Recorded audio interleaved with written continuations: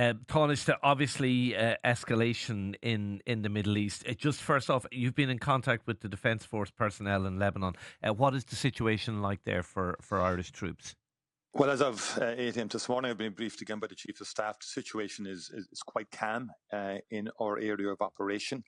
Nonetheless, the broader region is very, very tense, very complex situation, as you know, with many different actors involved, but principally here, Israeli military and Hezbollah in the Lebanon area. What we're witnessing, there's been attack and counterattack for the last number of months since the beginning of the war in Gaza, and it's connected to the war in Gaza. But it's been a sort of controlled attack and counterattack. And most analysts will say, including those in the military intelligence field generally across the region, that Israel and Hezbollah do not want to escalate this into a full-scale war. Yeah, and that seems to be still holding that approach, but very much dependent on a ceasefire emerging fairly quickly in Gaza. Our own troops are safe, and they were, we continue to monitor the situation. They were in their bunkers for quite a number of hours, obviously during the attack itself, but it's quite calm now, and all are safe. Okay, you have spoken about how it's imperative we see the immediate de-escalation of hostilities by all parties. Is there more, for example, the EU can be doing in your view? Well, in the context of Lebanon, quite a number are doing everything they can to avoid regional escalation. The United States is in there endeavouring to prevent an all-out regional war because the implications of such a war would be, I think, fairly dire in the first instance for the citizens of the region, and particularly the citizens of Lebanon, but also potentially geopolitically bringing Iran and wider interests into such a war, because Iran is an actor here and doesn't often, on the surface, people may not see that locally here or whatever, but, Iran has proxies across the region, from the Hezbollah to Hamas to Houthis and so on, and creating a degree of instability and not acting always without question in a good way, not acting in that way. So a malign enough influence without question on the situation. We have a horrible, in my view, shockingly conducted war in Gaza, where thousands of innocent civilians, men, women and children, are being slaughtered. And that has to end. And I think that is the key to de-escalation in the regional context. So any escalation would have very global implications. Already, I've just, in July I was in Africa. The impact in terms of sea trading routes already, because of challenges in navigation routes, is significant, with trade down 50% in some of these routes. That impacts everybody, and it impacts those who are most dependent for their livelihoods on the passage of goods through various trading routes, which are currently disrupted by rockets and missiles and so forth. So the stakes are very, very high, both for the region itself, but globally also, in terms of an escalation. So I do think the Europeans, the French government in particular, has been working very hard within Lebanon itself, between the IDF and Hezbollah, to avoid a war. Okay, just briefly, can I ask you to respond to what independent TD Cathal Berry said? He accused the government of freeloading on other states, I should say, to evacuate Irish citizens and troops from Lebanon should a full-scale war break out. Can you respond to that? I was very disappointed with the language in that press release. I thought it was somewhat disingenuous, to be frank. I know Cathal well, and Cathal contacts me a lot. He didn't on this occasion. We never buy around. We're like the guy who goes out for a night out with his friends, take whatever we can for free. Has he not got a point? No, he hasn't a point. We're members of the European Union. We work in concert with our European partners. Bottom line for us is to get our citizens out in the most effective and safe way possible. We've been doing a lot of pre-planning. We set up our own ECAT teams. These are evacuation teams within the Department of Foreign Affairs, and work with the Department of Defence officials.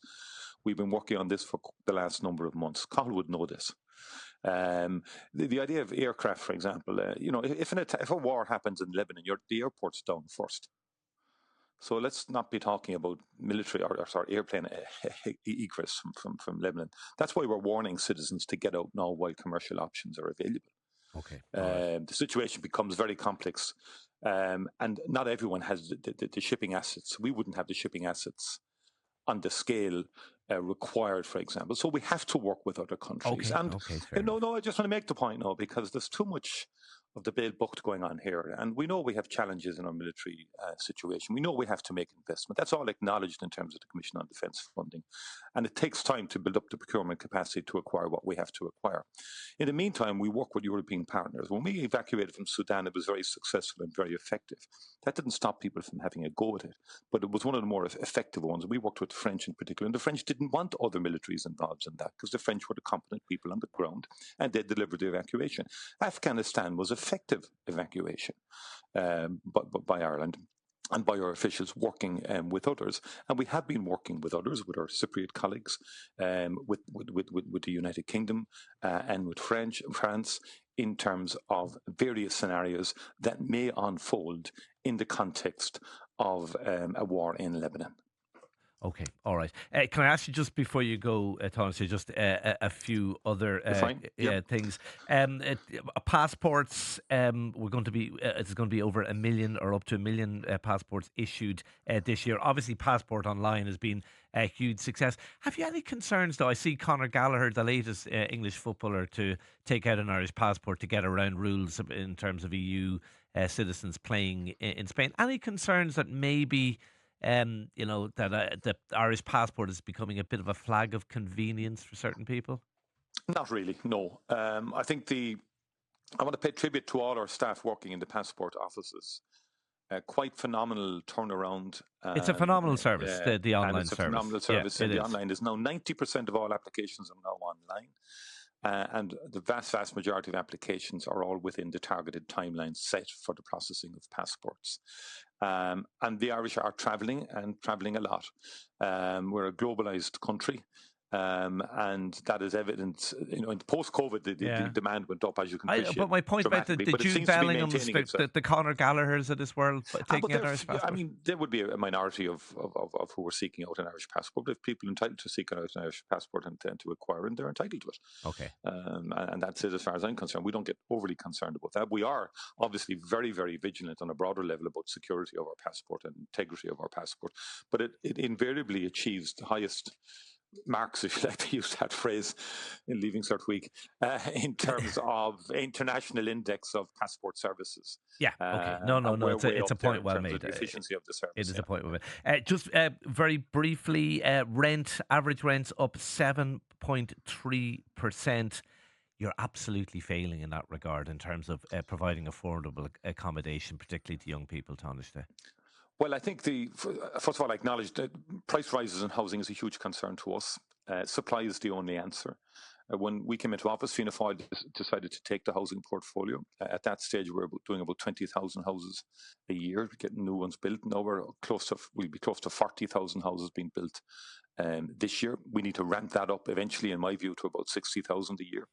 And that is the trajectory that we want to go. And that's the only effective way to get prices moderated. In addition to that, I think we do need to help renters.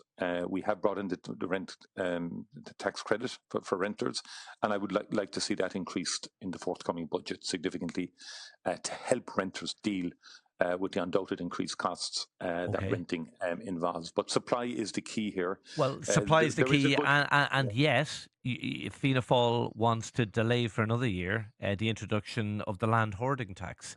You've had a year to sort out the issue with the farmers. You've done nothing in relation to that. And now you're looking to defer it for another year. It's not true that nothing has been done. And just to say it to you, there's 51,000 houses commenced this year, and it's been a dramatic upsurge in that because of the measures we took in getting rid of some of the levies and so forth, which has had a big impact on commencements.